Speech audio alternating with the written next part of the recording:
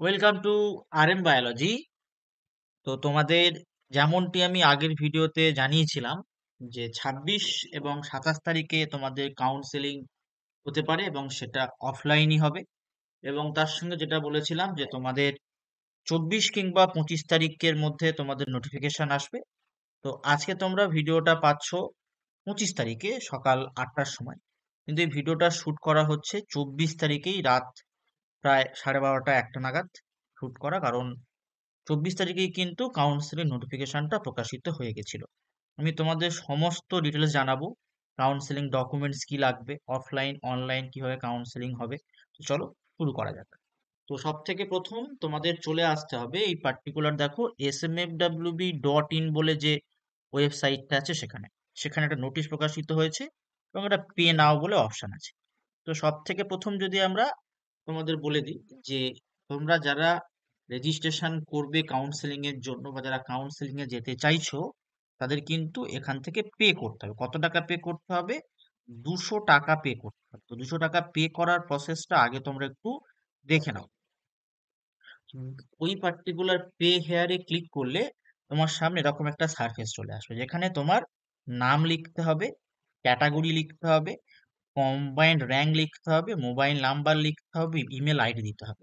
তো এই তথ্যগুলো তোমরা কোথায় পাবে সেটাও তোমাদের দেখিয়ে দেবো। এই তথ্যগুলো তোমরা পেয়ে যাবে তোমাদের মেলে, যে র্যাঙ্ক কার্ডটা এসছে। যেমন এখানে ক্যান্ডিডেট নেম থাকে, এই ক্যান্ডিডেট নেম, সেই নেমটা লিখতে হবে। যে ক্যাটাগরিটা উল্লেখ থাকবে সেই ক্যাটাগরিটা লিখতে হবে। তারপর তোমার দেখো এই যে আছে কম্বাইন্ড র্যাঙ্ক, কম্বাইন্ড র্যাঙ্কটা লিখতে হবে, ঠিক আছে? কোনো ক্যাটাগরি র্যাঙ্ক নয়, কিন্তু কম্বাইন্ড র্যাঙ্কটা তোমাকে লিখতে হবে। আর মোবাইল নাম্বার আর ইমেল আইডিটা, যেটা তোমার register mobile number, register email ID যখন তুমি ফর্ম ফিল আপ করেছিলে, যেটা দিয়েছিল সেটাই প্রয়োগ করতে হবে বা ব্যবহার করতে হবে। তারপর তুমি পে নাওতে ক্লিক করবে। পে নাওতে ক্লিক করার পর তোমার সামনে ঠিক এরকম একটা সারফেস চলে আসবে। তো এই সারফেসে তুমি এই জায়গাটাতে ক্লিক করবে, করলে কিন্তু তোমার পেমেন্টটা সাকসেসফুল হয়ে যাবে। দেখো পেমেন্ট সাকসেসফুল দেখাচ্ছে। এবার আমি অনেক রাতেই পে করেছি, যার জন্য পে করেছি সে কিন্তু আমাকে তখনো পর্যন্ত আমি যখন শুট করছিলাম, তোমরা যেহেতু আজকে দেখছো 25 তারিখে, তখন আমার কাছে কিন্তু পাঠায়নি বা আমি চাইও নি। আমি তোমাদের জাস্ট এবার নোটিশটা দেখিয়ে দিচ্ছি, দেখো। All concerned merit-listed candidate of diploma in pharmacy course are being informed that the admission through offline counseling, তাহলে কি counseling? Offline counseling and subsequent document verification for diploma in pharmacy course for the academic year 2005 in the aforesaid three government pharmacy institution will commence from 26th and 27 November, যেটাই তোমাদেরকে বলেছিলাম 26 27 তারিখ তোমাদের counselling হবে। তোমরা আগের ভিডিওটা গিয়ে দেখেও নিতে পারো। কোথায় হচ্ছে?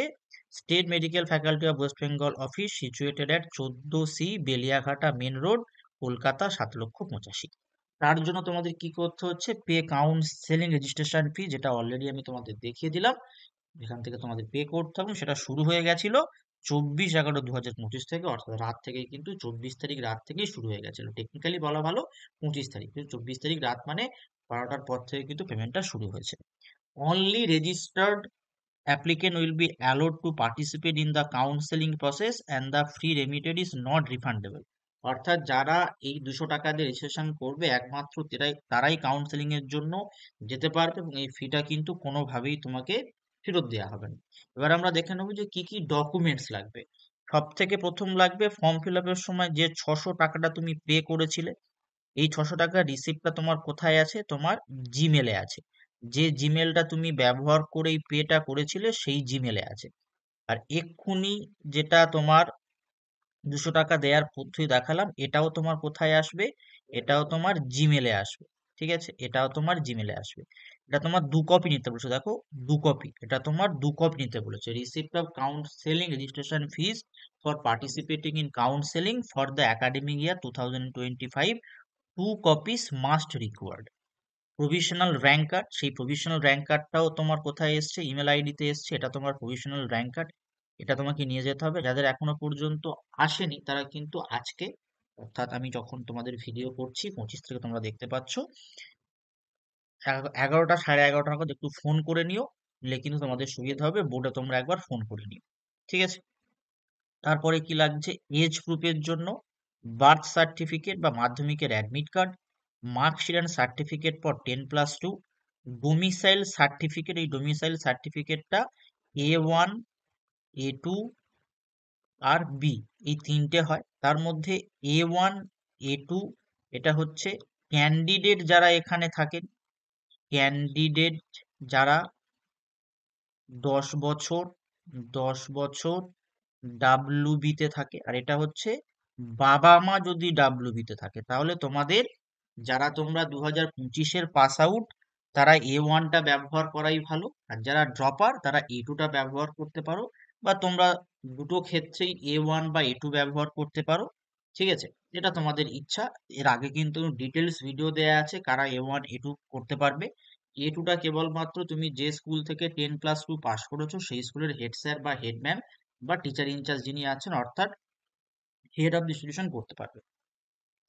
অরিজিনাল আই চেকআপ সার্টিফিকেট, এটার কিন্তু ফরম্যাট কাউন্সিল নোটিফিকেশনে দেয়া আছে। অরিজিনাল মেডিকেল ফিটনেস সার্টিফিকেট, এটাও কিন্তু কাউন্সিলিং নোটিফিকেশনে দেয়া আছে। Original and updated category certificate SC, ST, OBC, OBCB in appropriate case if applicable.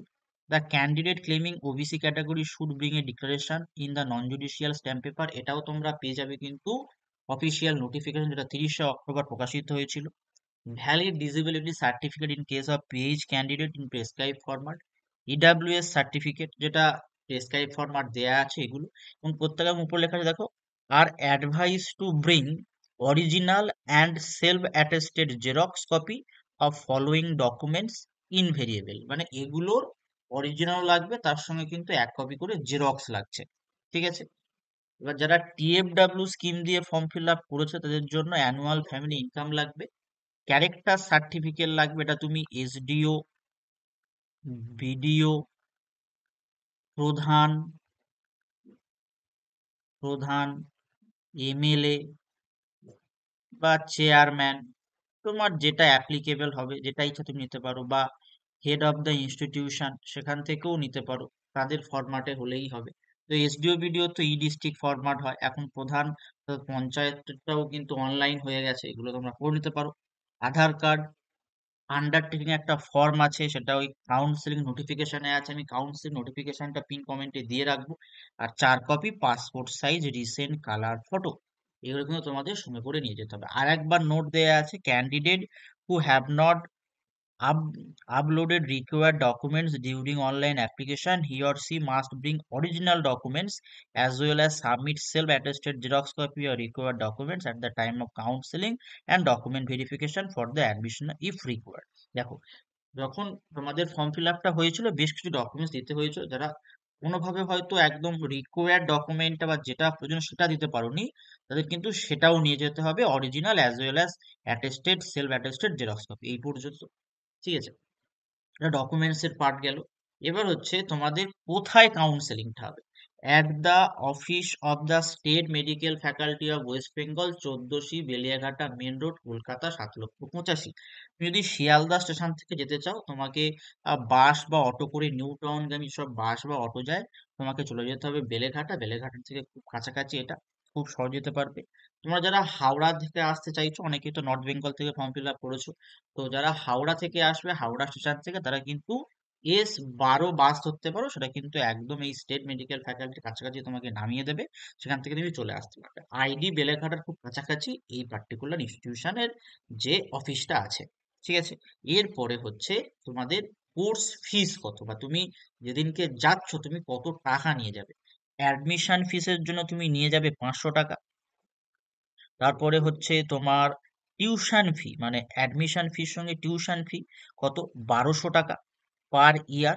আর যারা TFW দিয়ে চান্স পেয়েছো বা পাবে, তাদের কিন্তু এই 1200 টাকা নিয়ে যেতে হচ্ছে না। সেশন ফি কত, 100 টাকা। রেজিস্ট্রেশন ফিস কত, 800 টাকা। কশন ডিপোজিট কত, 200 টাকা। তাহলে হচ্ছে 500, 1200, 1700, 1800, 2600, 2800। তাহলে এমনি নর্মাল যে সমস্ত ক্যান্ডিডেট, নর্মাল ক্যান্ডিডেটদের জন্য নিয়ে যেতে হচ্ছে 2800 টাকা। এবং তোমরা 1200 টাকা ক্যারি করতে পারো যদি তোমরা হোস্টেল চাও, এবং সেখানে যদি হোস্টেল থাকে, তুমি যে কলেজে অ্যালোটেড হচ্ছ যদি সেই কলেজে হোস্টেল থাকে। আর যারা TFW ক্যান্ডিডেট তাদের এই 1800 থেকে 1200 টাকা বাদ যাবে, অর্থাৎ তোমাদেরকে 1600 টাকা নিয়ে আসতে হবে, প্লাস 1200। এটাও প্লাস 1200, 1200 হচ্ছে হোস্টেলের জন্য, আর এটাও হচ্ছে 1200 যদি থাকে হোস্টেল। তো মোটামুটি যারা নর্মাল ক্যান্ডিডেট তোমরা 4000 4500 টাকা সঙ্গে করে নিয়ে আসতে পারো। যারা টিএফডাব্লিউ ক্যান্ডিডেট মোটামুটি তোমরা যদি 3000 3500 টাকার সঙ্গে নিয়ে আসো, আমাদের সব কাজকর্ম এখানে কমপ্লিট হয়ে যাবে এই অ্যাডমিশনের ব্যাপারে। ঠিক আছে, এরপরে কার কখন যেতে হবে, কার কখন যেতে হবে দেখো, প্রথম যে কাউন্সেলিং ডেট সেটা হচ্ছে 26শে নভেম্বর, এবং প্রত্যেকটা দিনে কিন্তু 4টে করে স্লট আছে। দেখো, ফার্স্ট স্লট 10টা থেকে 11:30, সেকেন্ড স্লট হচ্ছে 11:40 থেকে 1:10, ফার্স্ট স্লটের জন্য রিপোর্টিং টাইম হচ্ছে 9টা 9:30, এবং সেকেন্ড স্লটের জন্য কিন্তু 11:30। অর্থাৎ তোমাদের রিপোর্টিং টাইমটা কখন হচ্ছে, কাউন্সেলিং শুরু হওয়ার আধ ঘন্টা আগে। তো 26শে নভেম্বর কারা যাচ্ছে, যাদের কম্বাইন্ড র্যাঙ্ক 1 থেকে 200, ইউআর সিটস অনলি, মানে প্রথমেই ইউআরদের কাউন্সেলিং হবে। আর কম্বাইন্ড র্যাঙ্ক 201 থেকে 400, ইউআর সিটস অনলি। ঠিক আছে, তো 91টা সিট আছে টোটাল, ইউআরদের 91টা সিট আছে। ঠিক আছে, আমি তোমাদের কিন্তু এটাই বলেছিলাম যে 180 থেকে 200 র্যাঙ্ক পর্যন্ত সেট, তাহলে ডাকা হয়েছে 400 জনকে। আমি বলেছিলাম সবাইকে ডাকা হবে, যেহেতু গত বছরের সিনারিওতে বলেছিলাম, এবং যেহেতু এবছর এসএমএফডব্লিউবি নিচ্ছে, আমি এটাও বলে দিয়েছিলাম এসএমএফডব্লিউবি একটু কমিয়ে ডাকতে পারে। এবার এই প্রথম দিনের তৃতীয় স্লট 2টো থেকে 3:30, তার জন্য রিপোর্টিং টাইম 1:30, তার লেখা আছে 1:30। চতুর্থ স্লট 3:40 থেকে 5:10, তার জন্য রিপোর্টিং টাইম হচ্ছে 3:10। তো তৃতীয় স্লটে কারা যাচ্ছে, এসটি র্যাঙ্ক যাদের 1 থেকে 20, এসটি র্যাঙ্ক 1 থেকে 20, ইডাব্লিউএস 1 থেকে 14, টিএফডাব্লিউ 1 থেকে 13, আর পিএইচ 1 থেকে 3, সব কিন্তু এই পার্টিকুলার থার্ড স্লটেই হবে। থার্ড স্লটে আরো কি হচ্ছে, 1 থেকে 50 পর্যন্ত এসসি, আবার 51 থেকে 168 পর্যন্ত এসসি ফোর্থ স্লটে। ফোর্থ স্লটটা তখনই হবে যদি 1 থেকে 50 এসসি হয়ে যাওয়ার পর এসসি সিট আর ফাঁকা থাকে, তবেই 51 থেকে 168 পর্যন্ত যাবে। ক্লিয়ার প্রত্যেকের কাছে? যেমনটি জানিয়েছিলাম ঠিক তেমনটিই হচ্ছে। ঠিক আছে, অবশ্যই ভিডিওটি কিন্তু লাইক করে দেবে, শেয়ার করে দেবে। অনেক রাতে তোমাদের জন্য ভিডিও বানিয়েছিলাম, তবেই তোমরা আজকে এত তাড়াতাড়ি জিনিসটা জানতে পারছো। তোমাদের কিন্তু 26 তারিখ থেকেই ডকুমেন্ট ভেরিফিকেশন শুরু। আজকের মধ্যেই কিন্তু তোমাদের কি করতে হবে, তোমাদের এই রেজিস্ট্রেশন ফিসটা জমা দিতে হবে। তো দ্বিতীয় দিন অর্থাৎ 27 তারিখে ওবিসি এ ক্যান্ডিডেট, ওবিসির যে লিস্ট আছে সেই লিস্ট অনুযায়ী র্যাঙ্ক 1 থেকে 100, তারপরে হচ্ছে যদি ভ্যাকান্ট সিট থাকে তাহলে 101 থেকে 149, সেটা সেকেন্ড স্লটে। সেকেন্ড স্লটে হচ্ছে ওবিসি বি 1 থেকে 50, যদি তারপরে সিট থেকে যায় তাহলে থার্ড স্লটে 51 থেকে 120। তো যেমনটি তোমাদের সঙ্গে আমি কথা দিয়েছিলাম যে ডি ফার্মাসি সম্পর্কিত সমস্ত তথ্য এখানেই পেয়ে যাবে, ঠিক তেমনটাই পেলে। আজকের ভিডিওটি এই পর্যন্ত। যারা চ্যানেলে নতুন, চ্যানেলটি অবশ্যই অবশ্যই করে সাবস্ক্রাইব করে নিও এবং বেল বাটনটি বাজিয়ে দিও। ডি ফার্মাসি যদি সেকেন্ড কোনো কাউন্সেলিং হয় সেই তথ্যটা কিন্তু সব থেকে আগে এখানেই পাবে। তবে সেকেন্ড রাউন্ড কাউন্সেলিং হওয়ার সম্ভাবনা খুব খুব কম, একেবারে নেই বললেই চলে। তার কারণ কিন্তু 1 তারিখ থেকেই তোমাদের একদম সেশন স্টার্ট হয়ে যাচ্ছে এবং কাউন্সেলিং শেষ হচ্ছে 27 তারিখে। সেক্ষেত্রে তোমাদের সেকেন্ড রাউন্ড কাউন্সেলিং হওয়ার সম্ভাবনা খুবই কম। তো যাদের যাদের ডাকা হয়েছে প্রত্যেকেই উপস্থিত থাকতে পারো যদি তোমরা ভর্তি হতে চাও। যে এত পর্যন্ত ডাকা হয়েছে মানেই প্রত্যেকে চান্স পাবে তার কোনো মানে নেই। সিট সংখ্যা খুবই কম, তার রেসপেক্টে প্রচুর জনকে ডাকা হয়েছে, তাই অবশ্যই অবশ্যই ভাবনা চিন্তা করে যেতে পারো। আর যদি মনে হয় যে যাবে না, তাহলে তোমার 200 টাকা দিয়ে রেজিস্ট্রেশন করার কোনো প্রয়োজন নেই। যদি মনে হয় যাবে, তাহলে কিন্তু তোমাদের 25 তারিখ পর্যন্ত রেজিস্ট্রেশনটা কিন্তু কমপ্লিট করতে হবে, না হলে 26 তারিখে তুমি যেতে পারবে না, যদি তোমার 26 তারিখে ডেট থাকে। তো চলো, টাটা সবাইকে, ভালো থেকো।